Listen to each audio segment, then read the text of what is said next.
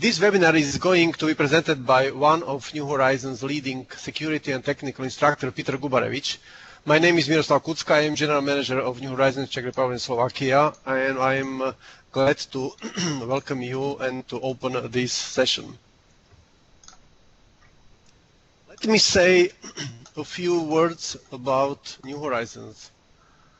Who is New Horizons? New Horizons is a leader in training market. It is a worldwide training solution provider with flexible learning solutions covering a broad spectrum of topics taught by industry-leading instructors. We are the largest international network of training centers with more than 2,000 classrooms and more than 2,500 instructors in 70 different countries with flexible, innovative learning methods.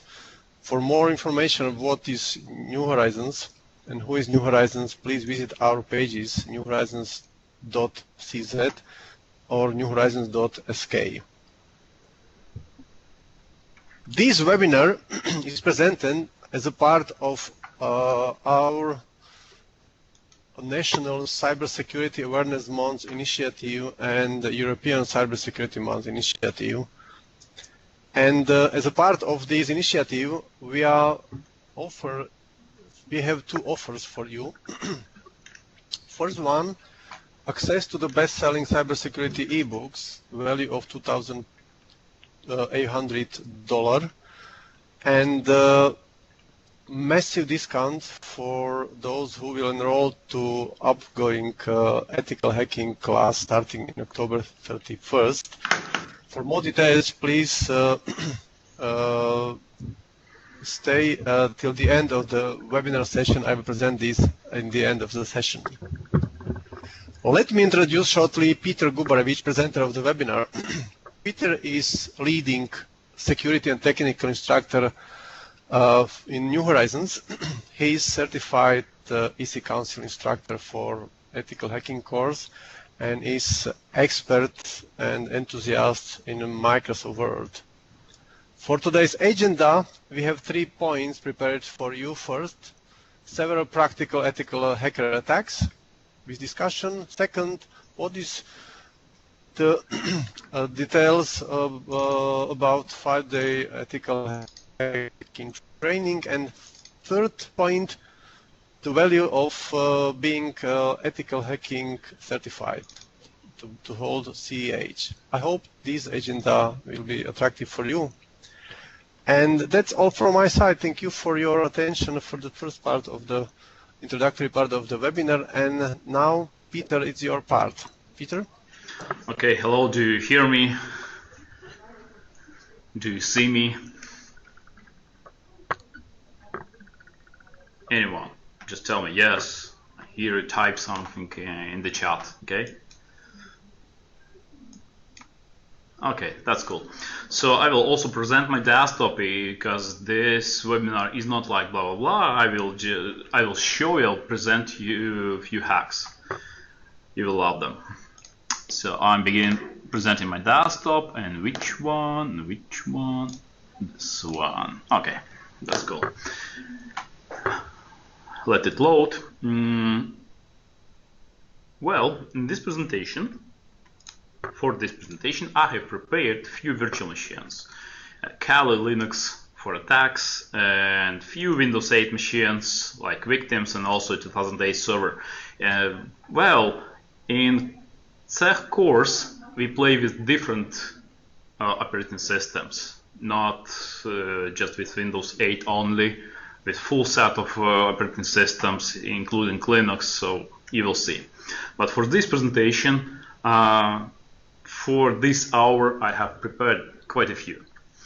Okay, so let's begin the first exercise. First of all, I see some Windows 8 machine. Let me place it on the desktop. Yeah, this one. This is my first victim. And this victim is navigating web, is surfing web. So I would like to spy on him and to see exactly what he's doing or she is doing. And this should be some fun for me. Well, first of all, I will log on to my Linux machine. Okay, this one is Kali Linux machine. I will log on as root. Okay, let it be like that. And well, first I will scan the network for computers that present in this network. This is very simple, but this is part of CEHv training, and you will see this exactly. So first I will discover the network. I will do this with nmap. Nmap.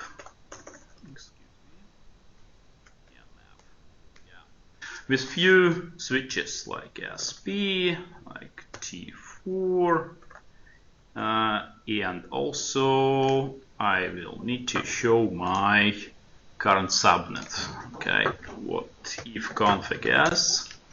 So my subnet is, as you probably might see, 172.16.0. Okay, let it be like that.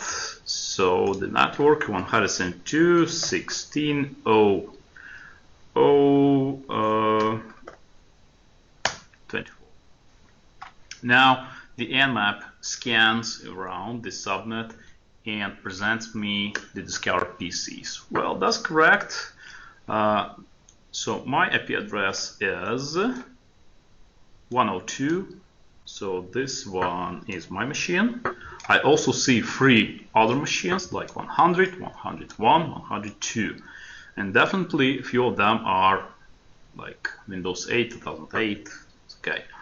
I can spend some time discovering which is my victim. Yeah, just to speed it up just a little bit. I will type ipconfig.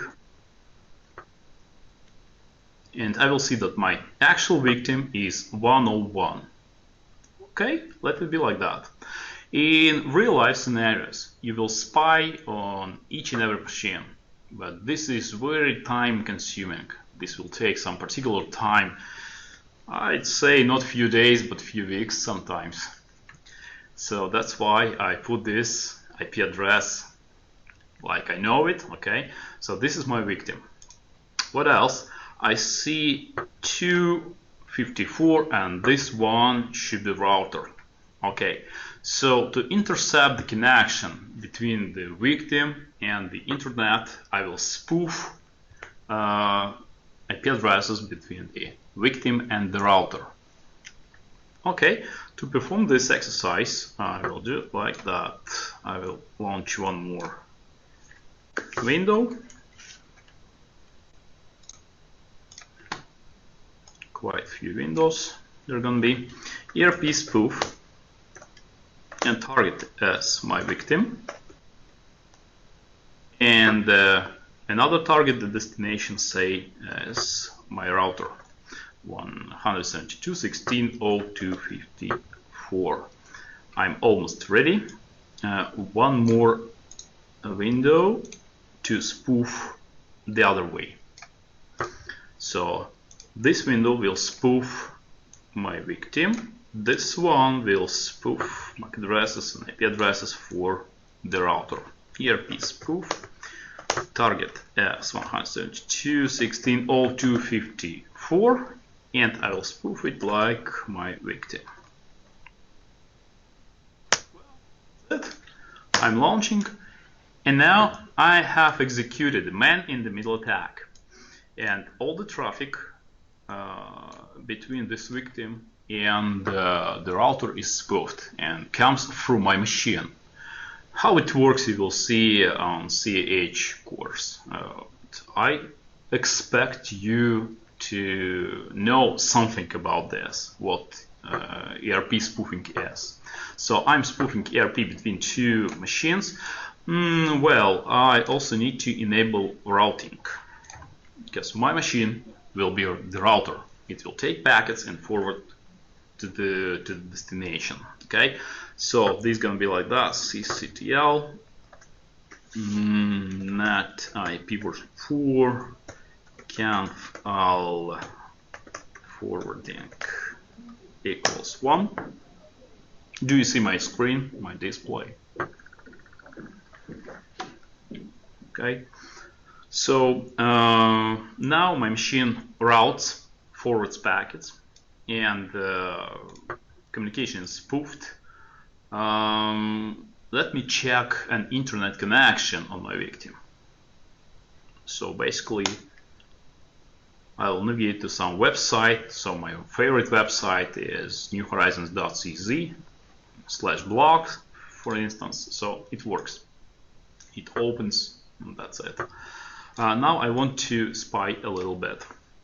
First of all, I want to see what funny pictures my victim searches on the web. So I will launch some particular program, which is DriftNet.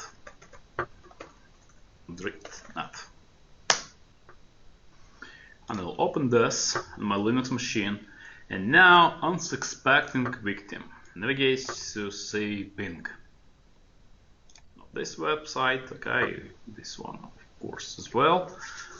Now bing.com, and what I wanna look for, like funny dogs, maybe pictures, images. So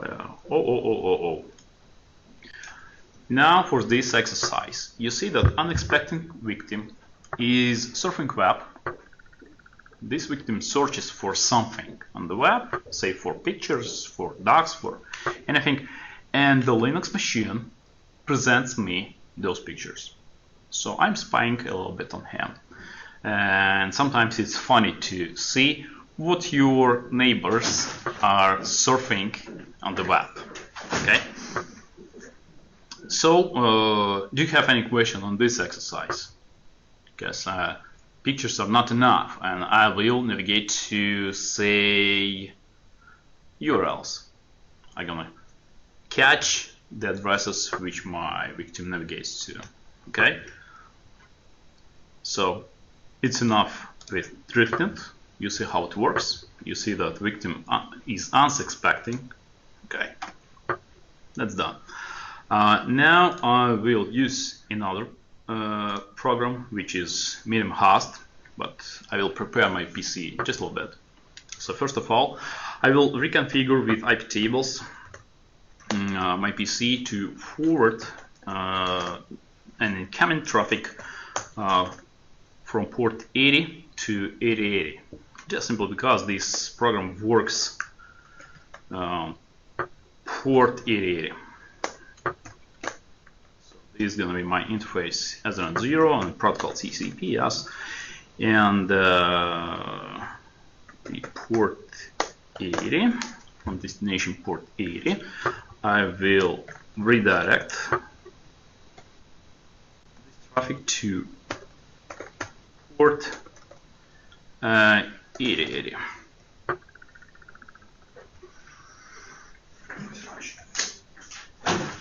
Okay, yeah, that's it. IP tables. Probably this should be correct. Now I will launch my meeting proxy. It's not mine, okay, just the command. So I'm just following this syntax. Now I'm listening for incoming traffic. I'm intercepting the victim's traffic, and this program will present me the URLs my victim navigates to. Okay, so no, this one. Let me reopen my browser. Basically, that's enough for me right now. So what I see from the output, and again, the victim, back to victim is unsuspecting. He's just simply navigating web, and that's it. So I have closed this. But at the same time, I see all the gets and maybe post, but the thing which is interesting to me, this one URL address. So I see which addresses visits my victim, and what's after slash.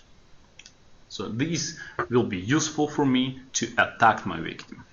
But from this intercepted packet, I see that my victim is running Windows NT 6.3, which is Windows 8.1.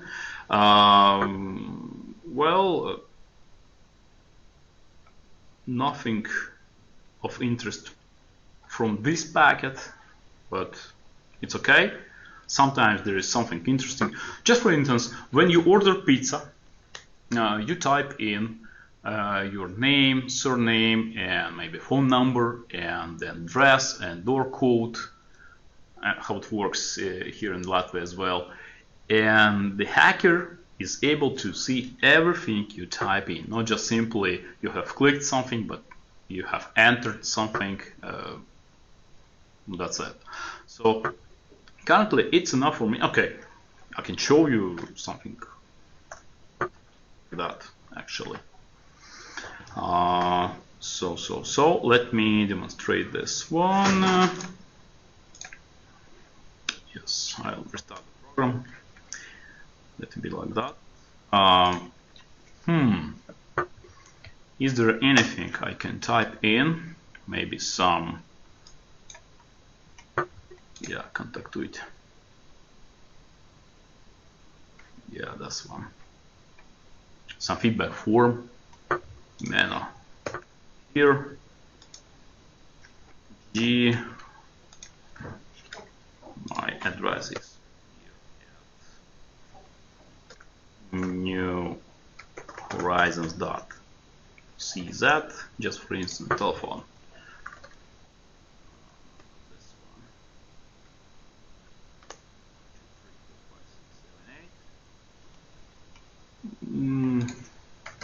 Maybe this is enough. So on hacker machine, I will navigate to the end of this conversation. On victim machine, okay, other slide.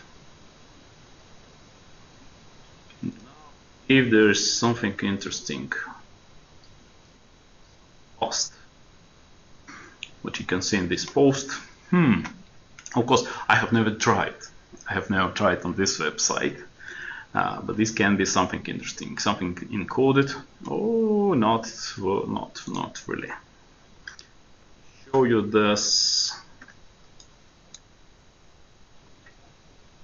So this information is intercepted by hacker.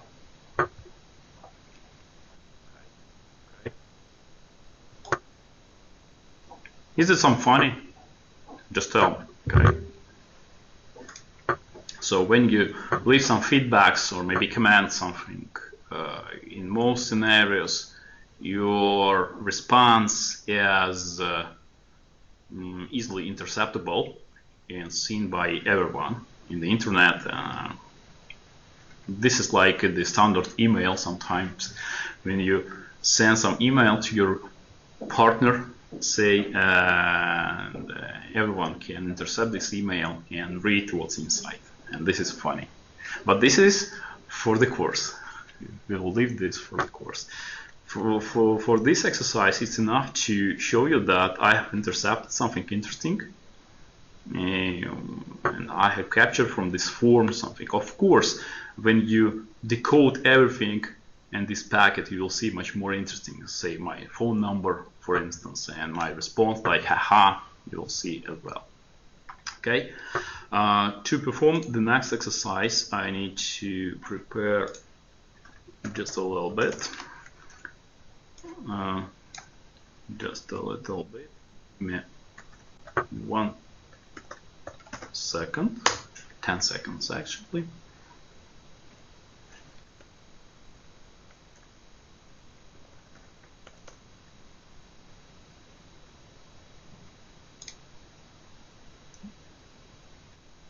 You can leave your commands, by the way, right now.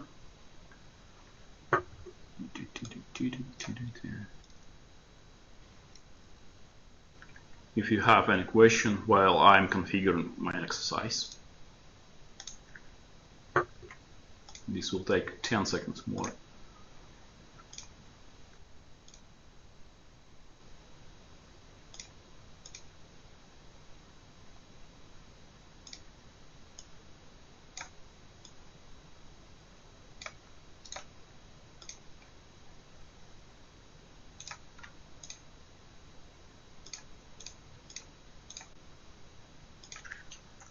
Okay, so now I'm finishing with this exercise, and I will return IP tables back not to capture port 80 anymore. That's it. And the next exercise should be some harder. So the issue is that I don't want just to simply spy on user. That's it. I want to attack him. I want to infect him with my virus. This is not as simple, but under some circumstances it's possible. So for my exercise, I know that my victim is using Windows 8.1 and Internet Explorer browser, which is built into this operating system. I know the URL he's navigating to. That's why I needed that meeting proxy. I will spoof this address. I will spoof it and infect him with virus. So I will close this one. This is out of interest at this moment. I will prepare two attacks. First of all, I will execute DNS spoofing. Currently, when my victim navigates to newhorizon.cz, he navigates to some real website.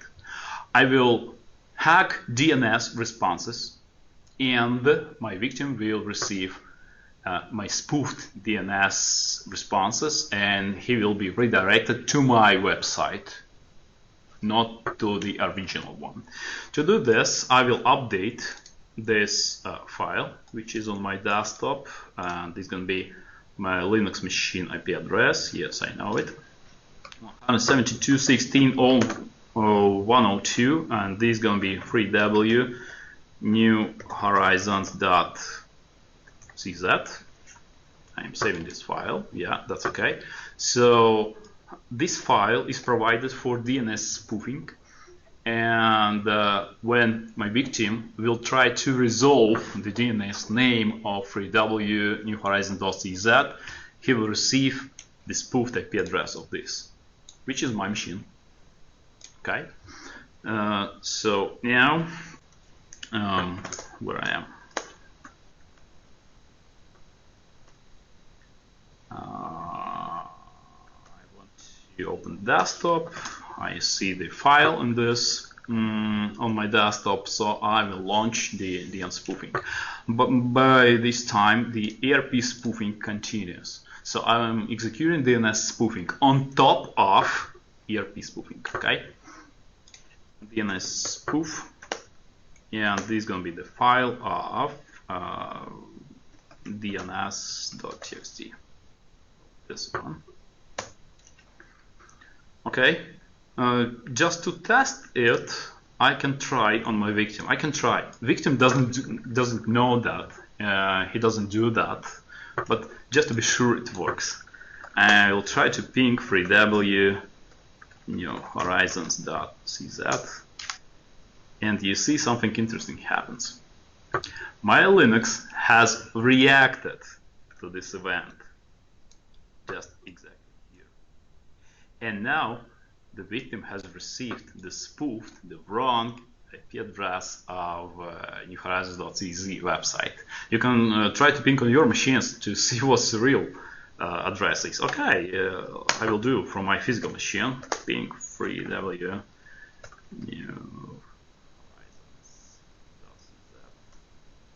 And see the IP address is completely different, not which one is presented from hacker. This one is real one, this one is presented by hacker. So this one is spoofed.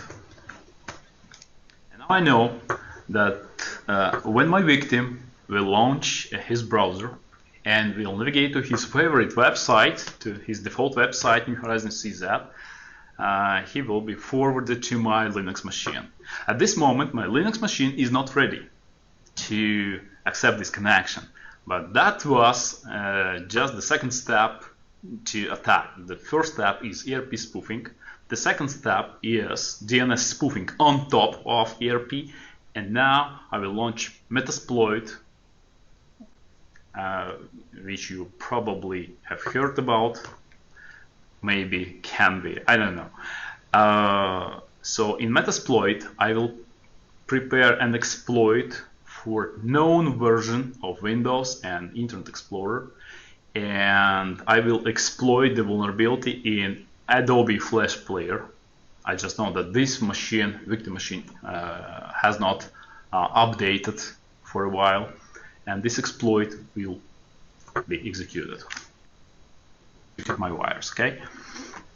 So while DNS spoofing works, I'm launching Metasploit framework.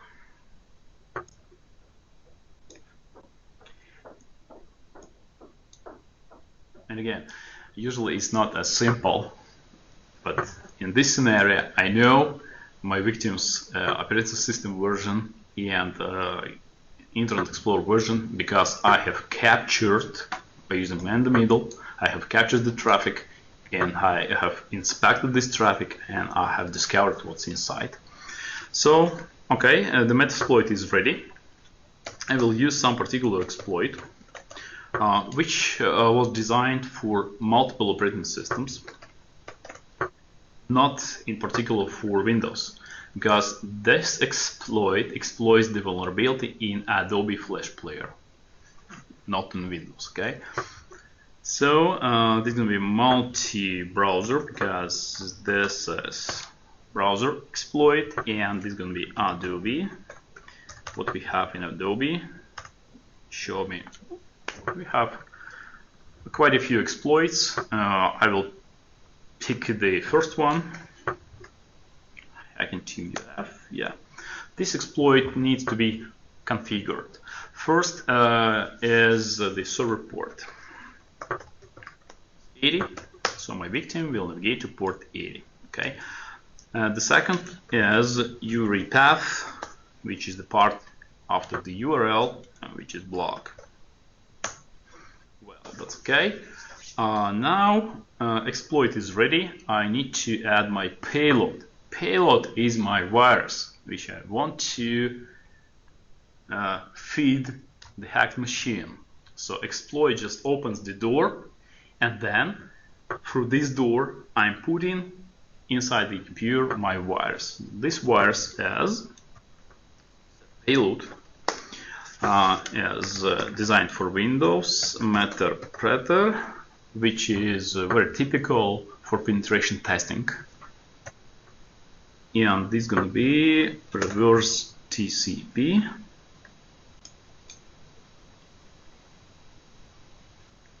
Action. So this payload, this virus, this Trojan, will connect back to me, back to my computer, and to which IP address? Set listen fast is my Linux machine. Yes, so I have selected the exploit. I have configured it. I have completed it with my Trojan, and I have configured this Trojan to connect back to my machine exploit. Now I'm waiting for incoming connection. Let me show you which one. This one. I'm waiting for incoming connection from my victim. This not going to be hard because the DNS is spoofed already. So I'm just clicking the Internet Explorer, and I'm expecting something to happen in Linux part, and you see something is sent from Linux to this machine. Okay, now this is going to be funny. Yeah, ready. I have some sessions. Well, I want to interact with my first session, which is incoming from this particular PC.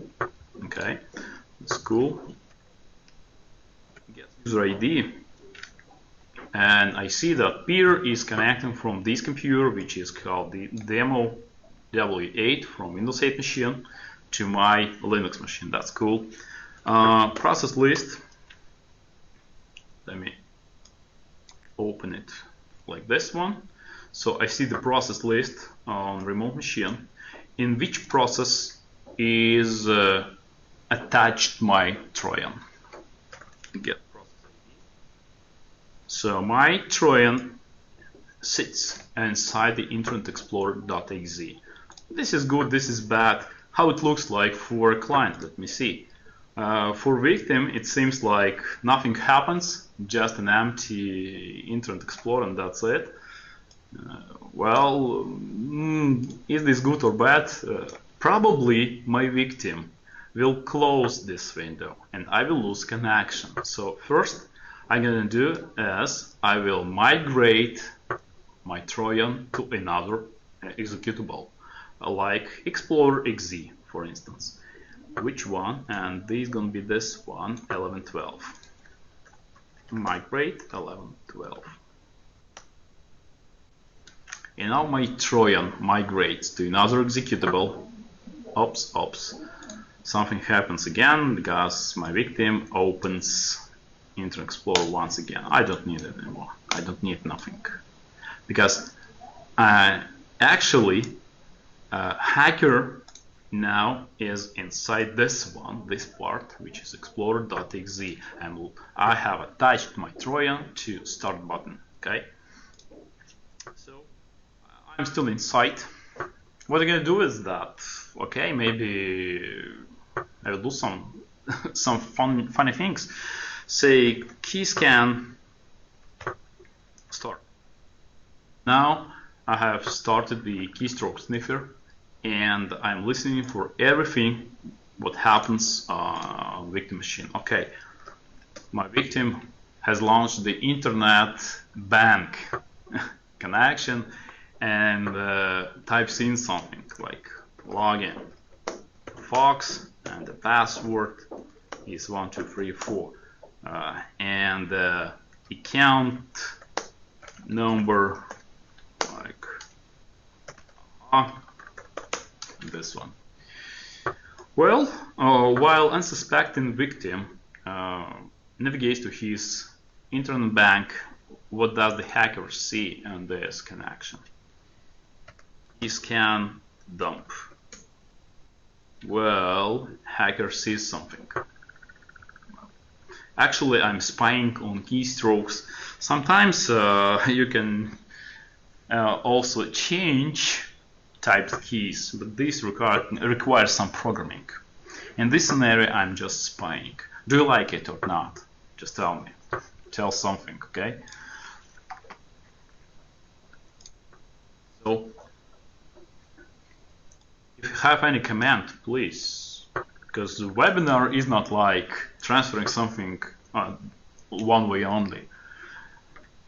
Okay, so the next part of this exercise, I can do a lot of things. Like I can upload executable. You know what encryption virus is? I can upload now by using upload command, like upload.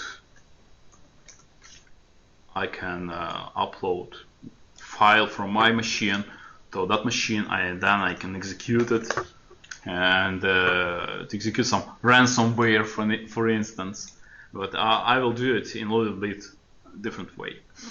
What I'm gonna do, like yes, I forgot to tell you something important. Let's check the firewall state on this machine, Windows firewall, and see that firewall is enabled. So what the big problem, what the big issue, why I'm working inside the remote machine, inside the hacked machine, and it works behind the firewall, because my Trojan reconnects back to me from hacked machine.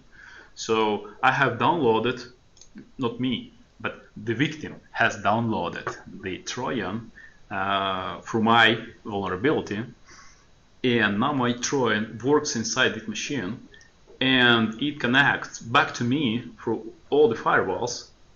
You know what, sometimes I don't like it. Let me disable the firewall on that remote machine. So I will execute some particular program. So I will execute like that, cmdc, and this is going to be the command like this one. Next, advanced firewall. Yeah, set current profile state off. Yeah, this is going to be a good command. Let's check again the firewall state on victim machine. So I guess you see that everything is up and running. So the hacker executes this command from his hacker machine. And now do you see the result? Well, again, it's not that easy. It's not really that easy. But was the big mistake from the victim? Now I'm working with the context of my victim. I'm working as Peter. Okay, let me show you this again. Get user ID. I'm Peter. So it appears that this user is permitted to disable the firewall. Okay, so get privileges, and I see that I have a lot of privileges on that machine. It means that the user Peter is logged on with administrator privileges on that hacked machine. And now your lesson is, will you navigate websites by using administrator user account? In real life, it happens in a second. Yeah. So it's quite enough in most situations to log on as administrator or like user with administrator privileges to navigate to some website and you don't see it, but someone is spoofing DNS, and in fact you are connecting to some completely different website, to hacker website. Okay, I see some student says with Windows it always like that. No. For all my companies, we never give away administrator privileges to users. No, no way. And say even the IT support staff must work with limited user account, and they use their privileged account only when necessary to perform administrative tasks.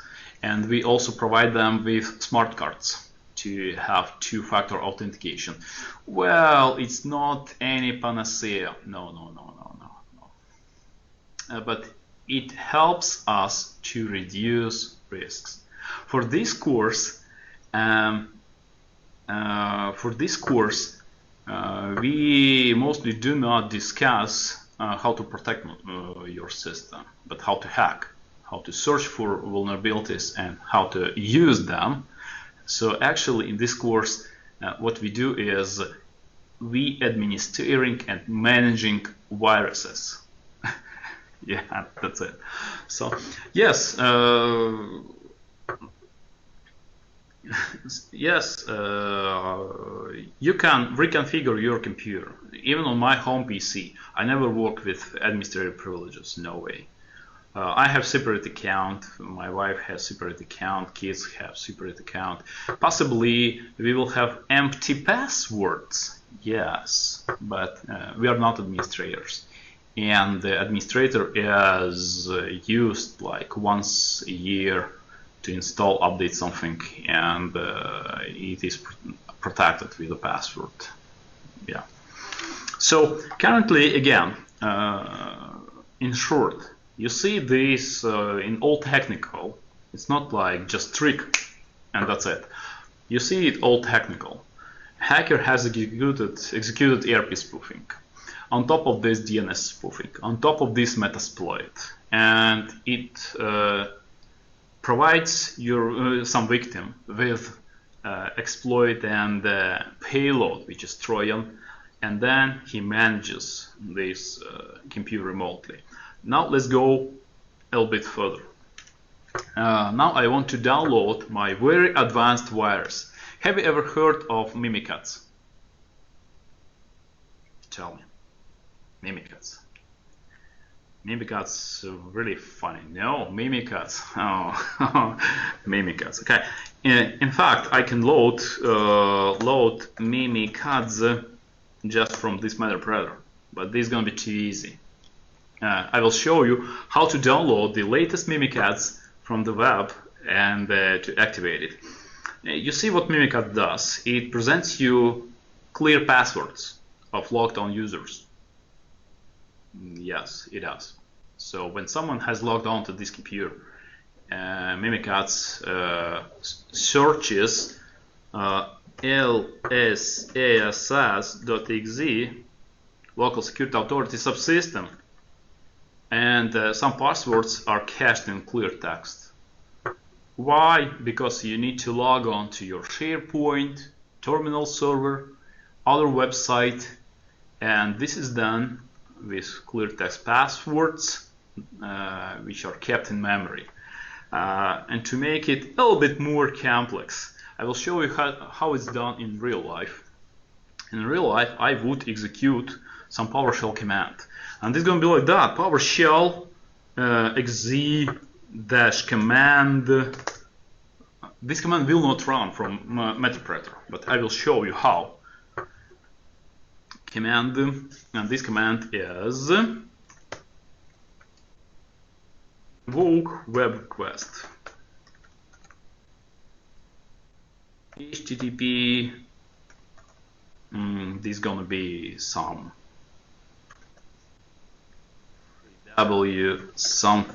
something.com, save files, mimikatz.exe, and the output file, out file is Windows gift.exe, like that. And this command will download from the web executable and put into your Windows folder from the command line. Again, you need the privileges to put under this folder or under user temp folder if you are just a user. Okay, so I have prepared this website, and currently this is like this one.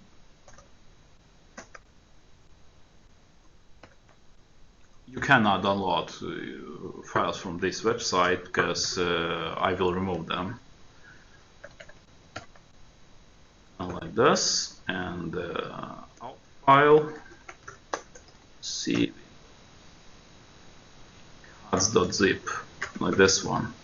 But the problem is with this character, which I cannot effectively pass through the PowerShell Metaprether, so I will do it in a little different way.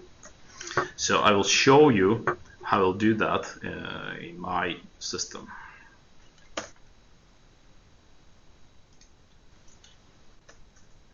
This is PowerShell.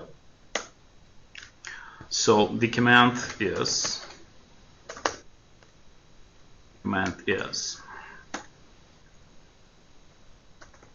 invoke web request, and this is going to be HTTPS files. This is the company which is not guilty. Just I put the files for file exchanger and will delete them. Just temporary.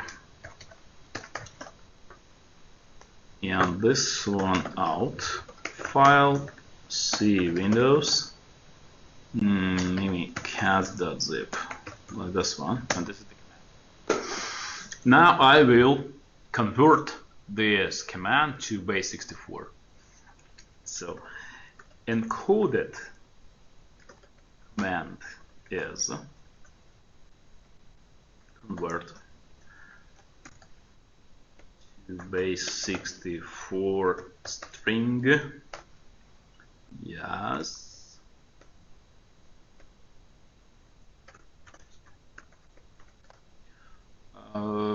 Actually, you can Google it, how to execute encoded commands in PowerShell. This is just normal PowerShell, nothing else. Unicode-get bytes.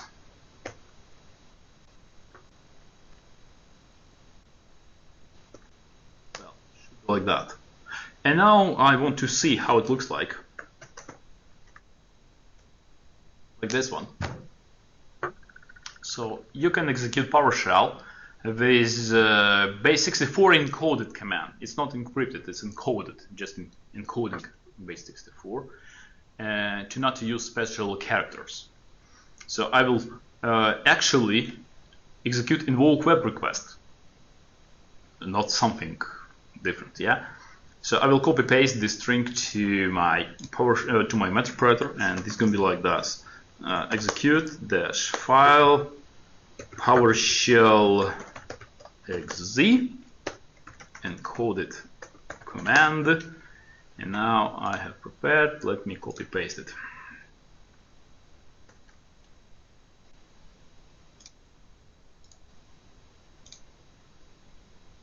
Like this.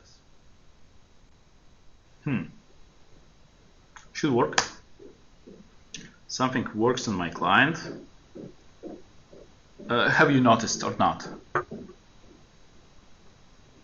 Try it. Let me show you once again. I will try it once again and I will show you. Try to see it. Okay. So in Windows folder, mimikatz zip, like this one. I will delete it. I have deleted it, you see. Now I'm executing the same command.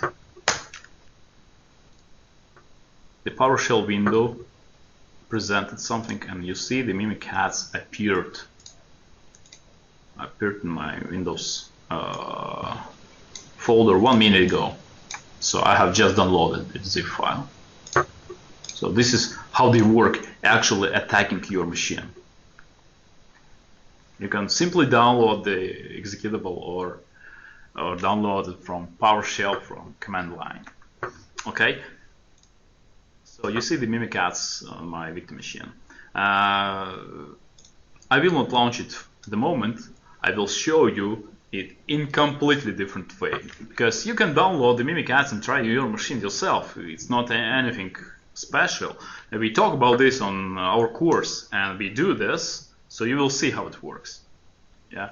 So you just double click, type few commands, and you see all the passwords. But I want to present you something more interesting, which is pass the hash. Have you ever heard or maybe seen the pass the hash attack? Yes or no? Tell me.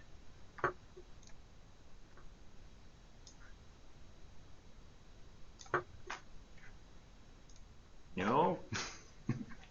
Pass the hash is completely interesting thing. So I will draw you some little diagram. Type it. Okay. So let me describe you an issue. You see, this is the network, and this is actual network of our PCs. The workstations and servers and so on. And you have managed to get to this PC. So hacker is inside. You see an administrator, there is an administrator account of this on this workstation. There is some admin. And say this is the domain, Active Directory domain, okay? You can capture the credentials of domain admin. Yeah, it's possible. If he has logged onto this machine by mimikatz, you can just simply capture and that's it. But this is not interesting, because in many scenarios, domain admin is protected with smart card or is not used on workstations. So what to do next? You can extract the password hash of this local user account. Or one more interesting thing, sometimes you need to log on to a local machine with local user account, with local admin account. When say network is not working, or you're connecting by using TeamViewer or something, and smart card is not available, or say the computer got dropped the domain trust. So sometimes you need to log on with local admin. And in most companies, they have one and the same admin account with one and the same password on all workstations and all servers, especially when the network is big. This depends what big is. My company is rather small, 1000 PCs, and in most scenarios we have had the one and the same standard admin account on each and every workstation this domain. Of course, we work with domain credentials, but when domain is not available and you need to manage the machine, what to do next? So you need to have some standard local admin. The issue is that this admin has not logged in, and you cannot get his password from lsa.ss.exe by using Mimikatz. You cannot do this. It's not possible because he has not logged on. But you can extract his hash. What are you gonna do with hash? You can try to decrypt it. Tell me, do you know how long time will take decrypting NTLM hash?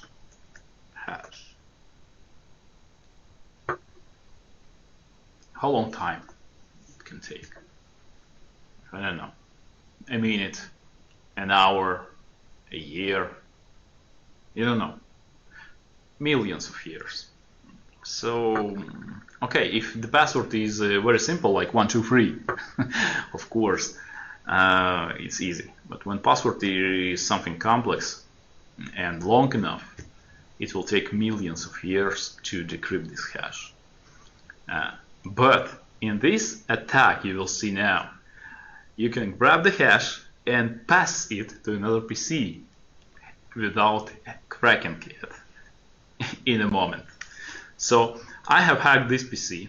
I will extract NTLM hash and will log on to all other machines by using this NTLM hash. That's it. So let me launch the Mimikatz. I will just simply launch it to speed it up, because to type all the time the commands from PowerShell encrypted takes a long time. Okay, privilege debug. I need to attach to LSS. I'm not sure if I will have all the passwords. Give me a try. I don't know. Let's.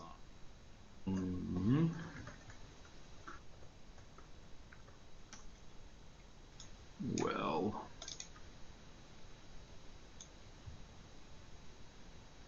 it doesn't present me password, my password at the moment. It hasn't cached anything at the moment, because this is just a workstation without the domain, so no Kerberos, no double digest, not a problem. I will do a completely different thing. I will do it like that. I will do it in the following way. Okay, elevate. I will elevate to system. Yeah, you probably want to know how it works with older systems, 2008. I will copy Mimikatz to this machine. Maybe this demonstration will be a good one. Just a minute, I'm copying Mimikatz to this machine as well.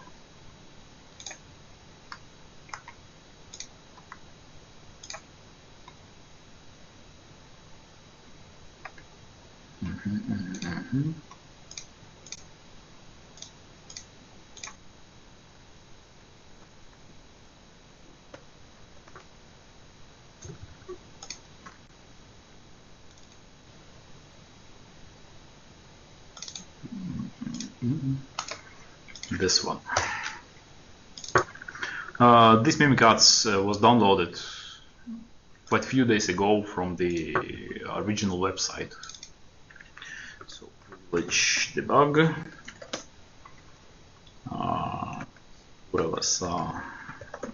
Password. Show me something interesting. I want to see it. Oh, whoa, whoa, whoa, whoa. Oh my god. Now tell me if you see this.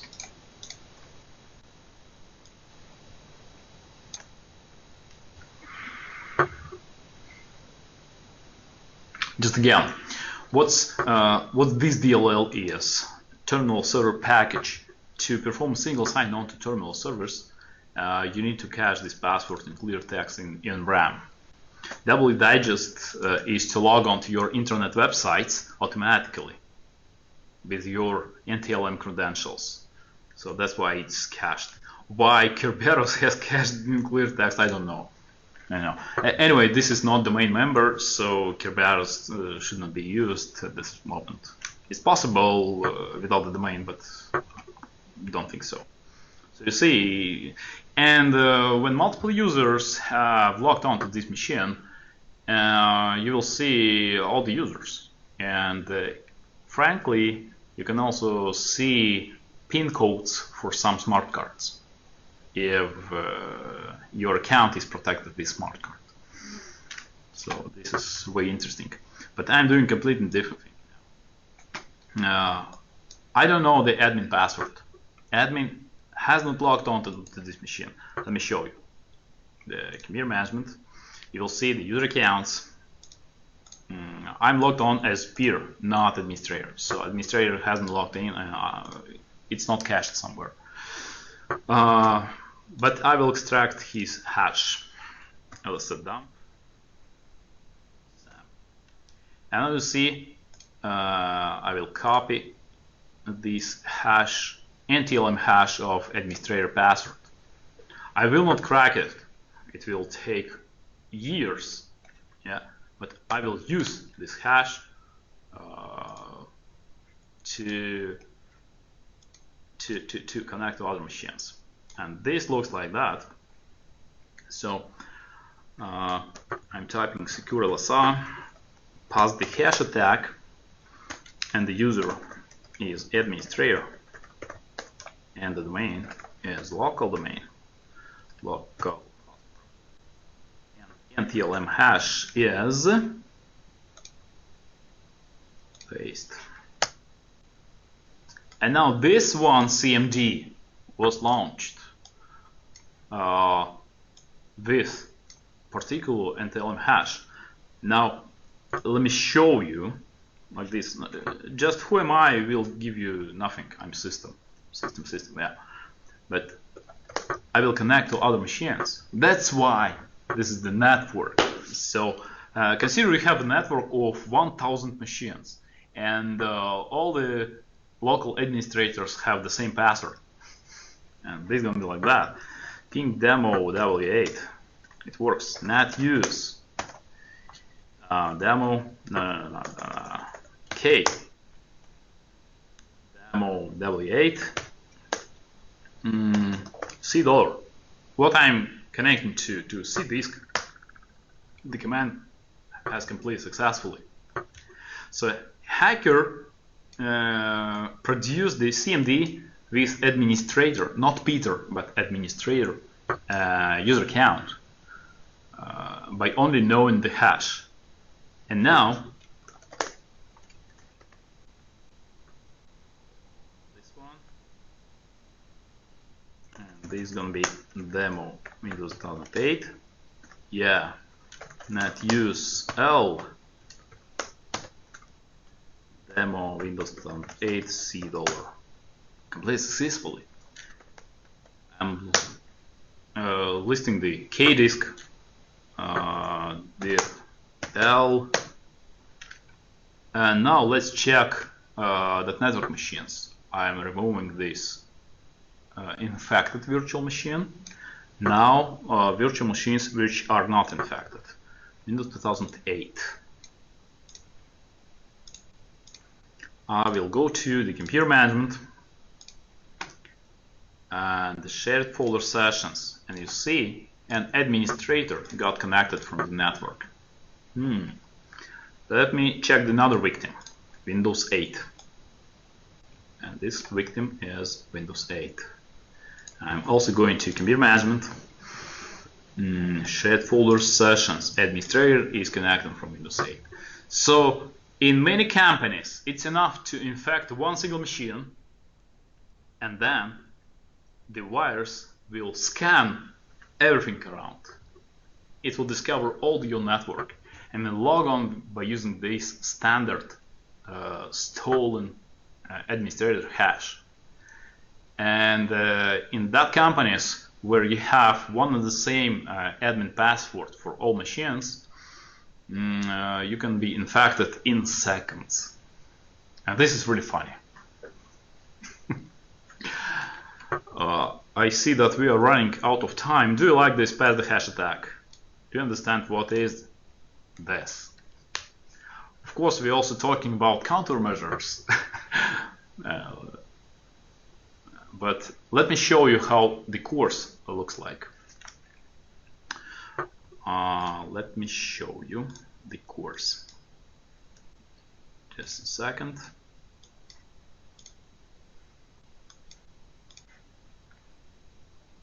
Yes. We're doing everything in virtual machines, in virtual environment. So this is typical set of virtual machines we use for our network. Kali Linux to provide attacks, and some Ubuntu Linux to get attacked, and a wide set of Windows machines to get attacked, and also to provide attacks. Just for instance, you can execute Metasploit from your Linux machine. I have Metasploit installed on my Windows 8 machine. This is possible. So in many scenarios, it doesn't really matter which operating system is installed in your PC, because I'm using Kane, I'm using Metasploit on my Windows machine. But Linux is a really good one. In this case, in exactly Kali Linux, which was designed for hackers. So the course contents. Let me show you the modules. Tell me if you see the module list. Magnify a little bit. Like this one. Do you see it?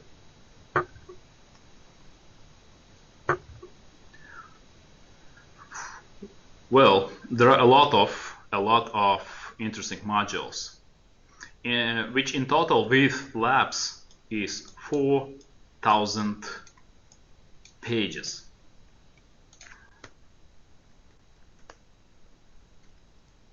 Which is a big book, really. So this is gonna be something crazy. So we will take a lot of like this one, this one, this one, this one, and this one. Like we will steal cookies. We will perform SQL injection attacks. We will perform sniffing. What you just saw from the beginning was sniffing. We will do a lot. Let me show you how some typical module looks like. I'm just double clicking any. The material is protected, so let me log on. I don't know if anyone is capturing my keystrokes. I really don't know. And let me navigate to some module and present you like that. Yeah, this is how a typical module looks like. I guess you see. So some slide and big explanation. Slide and big explanation on this. And say 90 pages of this single module. That's why you see the 4,000 pages is really accessible. And we talk about a lot of things. Actually, during this course, we will perform hacking most of the time. So you are left with your books to perform this at home. Okay, someone has to go. You saw how it works like. Yeah. Thank you for attending. Yeah.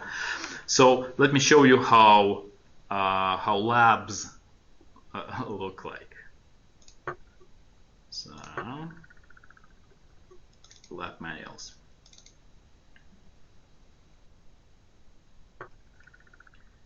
This is typical lab. When they say, click here, install this program, type in the following command, and you see the result. Like this. So 2,500 pages of lectures and 1,500 pages of labs, which looks like that. This is going to be hard.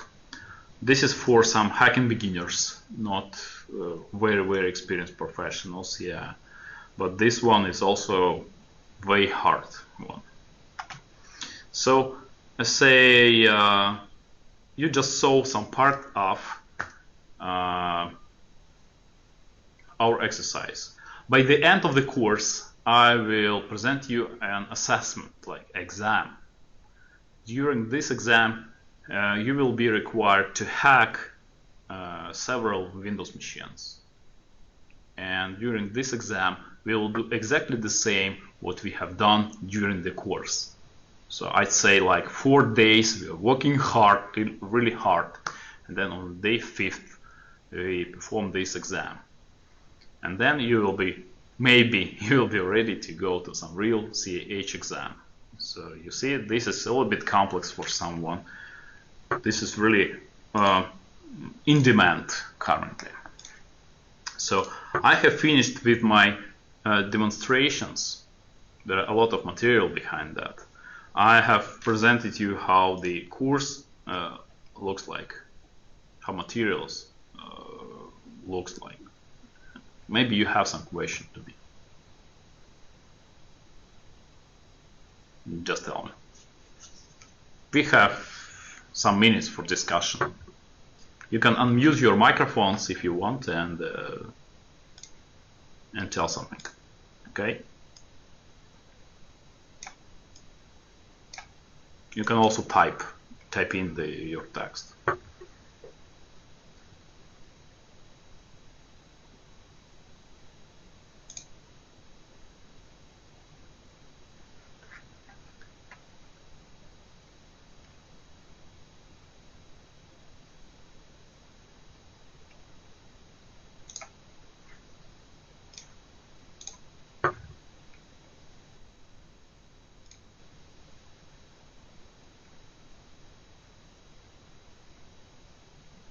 While you are typing, I will close virtual machines.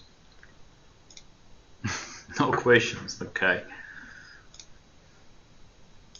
Okay, so this course is designed to provide you with hacking skills, not to defend your network completely. Like, we do not install firewalls. We learn how to disable firewalls.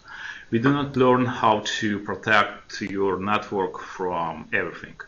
Oh, okay, there are several countermeasures which are discussed. Like, for instance, to prevent pass the hash, there is some particular measure. Let me type it. Labs. Microsoft Local Administrator Password Solution, which provides you with randomized passwords of local administrators. This is good one, really good one. But we will discuss this during the course. If you have any technical question, just ask.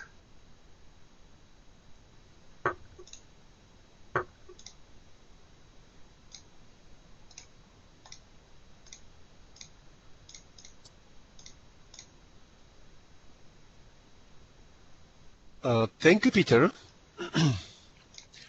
And thank you guys for attending a webinar. Please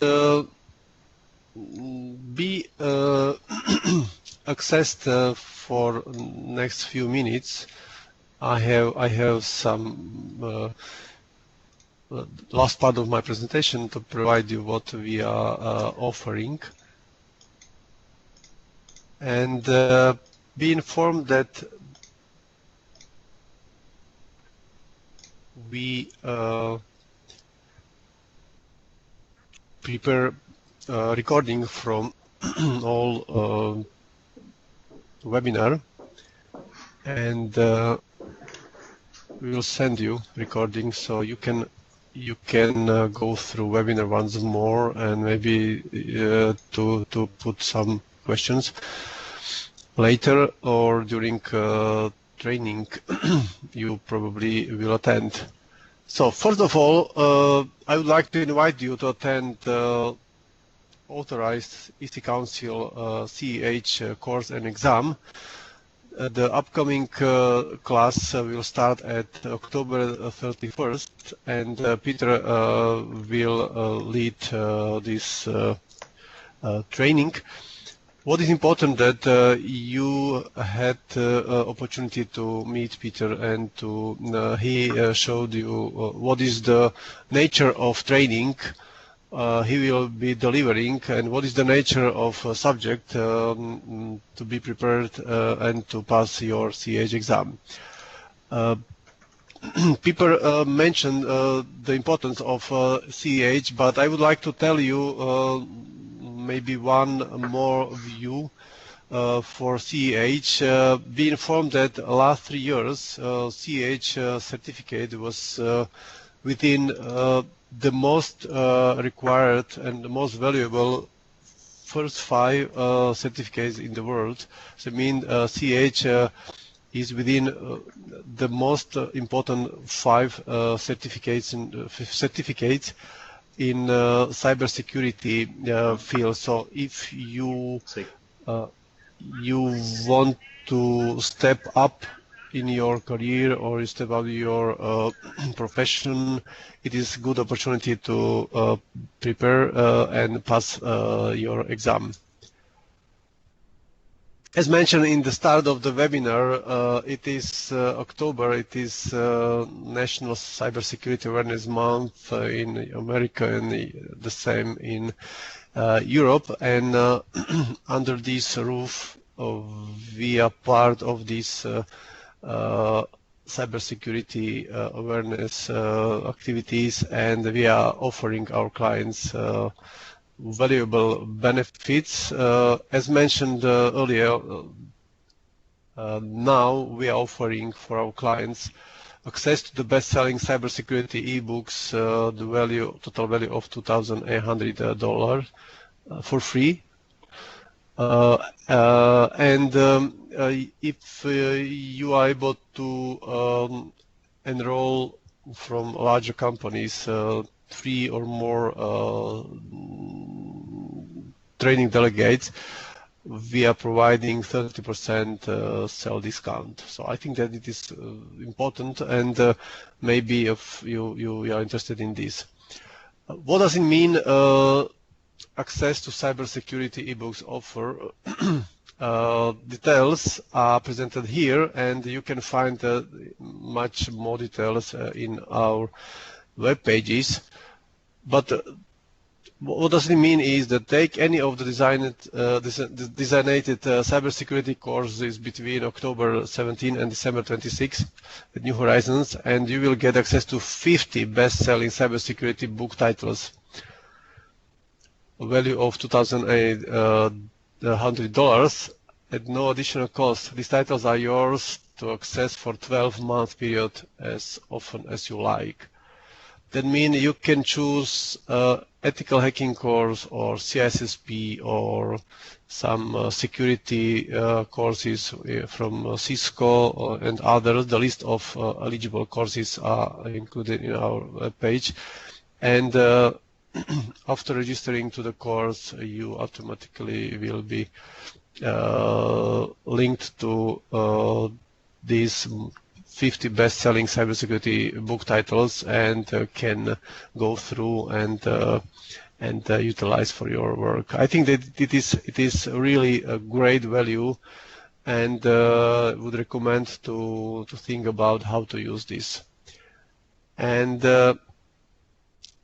second part of offer, it is price offer for groups. We are offering even for 2 delegates, we are offering 15% discount, and for 3 to 6 delegates, 30% discounts. So please think about the date of upcoming training starting October 31st. The deadline for registration to this class is Monday, next Monday, October 24th, and all requests to enroll up to 12 are welcomed. So that's all from my side. If you have any questions, please put to the chat line or ask me via mic.